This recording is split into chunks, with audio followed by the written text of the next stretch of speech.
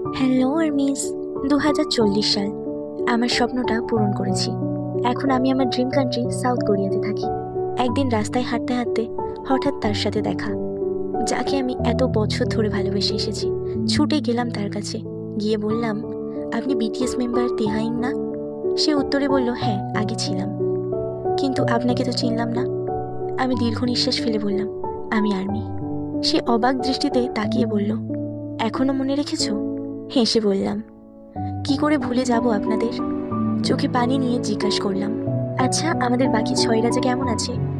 আরিমোপ্পা কি সেই আগের মতো জিনিসপত্র ভাঙে?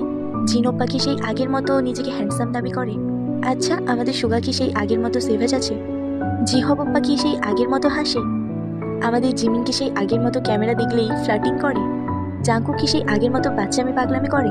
সে অবাক দৃষ্টিতে তাকিয়ে বলল, এখনো মনে রেখেছো আমাদের কথা? চোখের